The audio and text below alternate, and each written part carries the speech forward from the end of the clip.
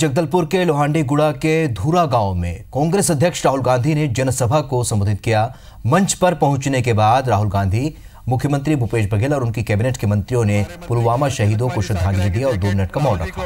उसके बाद राहुल गांधी ने अपने संबोधन में केंद्र सरकार पर जमकर निशाना साधा। राहुल ने कहा कि मोदी सरकार ने उद्योगपतियों का कर्ज माफ किया, जबकि छत्तीसगढ़ में 6 घंटे के अंदर सरकार ने किसानों का कर्ज माफ किया। राहुल ने कहा कि कांग्रेस गरीबों को मिनिमम इनकम की गारंटी दे रही है। 4 तस्वीरें आपके सामने हैं। राहुल गांधी के आज के दौरे की तस्वीरें। हमारे खोटलो पिता मंगलो धूरा गांव, किसान को सिर्फ सही दाम नहीं मिलेगा, छत्तीसगढ़ में फूड प्रोसेसिंग यूनिट्स का, फूड प्रोसेसिंग फैक्ट्री का जाल बिछाया जाएगा।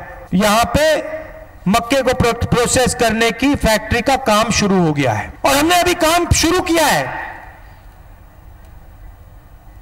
हमारी सरकार यहां 3, 4, 5 साल से नहीं है, कम से कम समय में हमने एक के बाद एक जो वायदे आपसे किए थे पूरे किए। गब्बर सिंह टैक्स को हम बदल के सच्चा जीएसटी बना देंगे। एक टैक्स होगा, 5 अलग अलग टैक्स नहीं होंगे।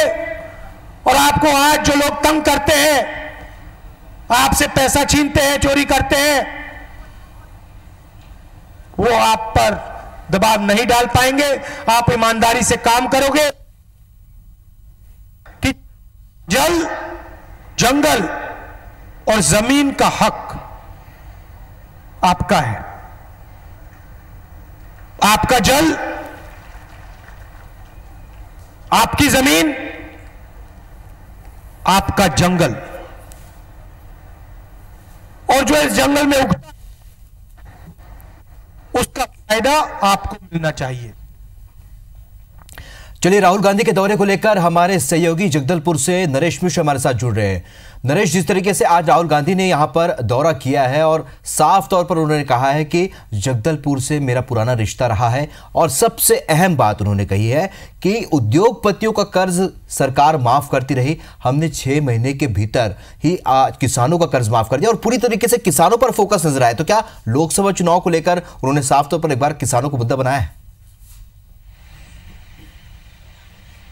बिल्कुल, देखिए, और अगर आप देखें राहुल गांधी की राजनीति की कार्यशैली, तो उन्होंने शुरू से ही भट्टा परसौल से किसानों के मुद्दों को तरजीह देनी शुरू की थी और उस पर ऐसा लगता है कि एक निर्णायक एक रणनीति कांग्रेस ने बना रखी है। और जिस तरह से छत्तीसगढ़ में कर्ज माफ़ी की गई, 10,000 करोड़ रुपए की कर्ज माफ़ी है, जो कि अपनी तरह का एक अनूठा उदाहरण होगा।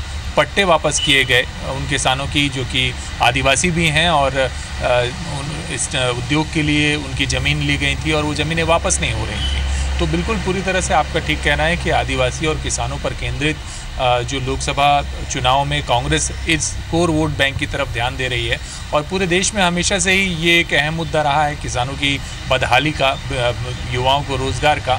तो इन सारे मुद्दों के इर्द गिर्द ही उनकी बातचीत दिखाई दी। और क्योंकि वो बस्तर में थे और इससे पहले जिस जगह पर उनकी सभा रखी गई थी, वहाँ पर इंदिरा गांधी ने भी कभी वहाँ के किसानों को पट्टा बांटा था और बाद में टाटा में वो ज़मीन गई।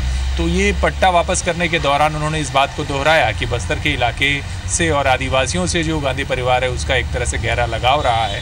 और चुनाव से ठीक पहले जब उनका दौरा हुआ था तो टाटा स्टील प्रभावितों ने उनके सामने मांग रखी थी। तो इसी बात को याद दिलाते हुए उन्होंने अपना गहरा जुड़ाव बताया और साथ ही जो आदिवासियों की जल, जंगल, ज़मीन की जो मांग रही है, जो हमेशा एक राजनीतिक मुद्दा रहा है आदिवासी समाज की तरफ से, उस मुद्दे पर भी उन्होंने बेबाकी से अपनी राय रखी और उस पर अधिकतम जो आदिवासियों का हक है, स्थानीय लोगों का जो हक है, वो पार्टी की तरफ से सुनिश्चित करने की बात कही।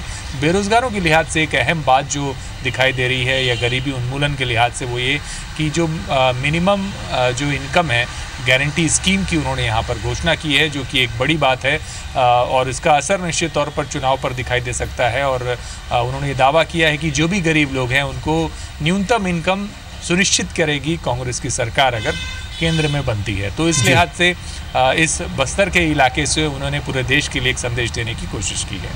चलिए, तो नरेश बस्तर से सीधे तौर पर पूरी देश को संदेश देने की कोशिश की। किसानों और आदिवासियों को एक बार फिर कांग्रेस ने फोकस किया और जिस तरीके से विधानसभा चुनाव में केवल एक सीट छोड़कर बाकी सीटों पर जिस तरीके से यहां कांग्रेस ने परचम लहराया है, उम्मीद की जा रही है कि लोकसभा चुनाव में राहुल गांधी के इस दौरे का खासा असर देखने को मिलेगा। फिलहाल जानकारी के लिए आपका बहुत बहुत शुक्रिया।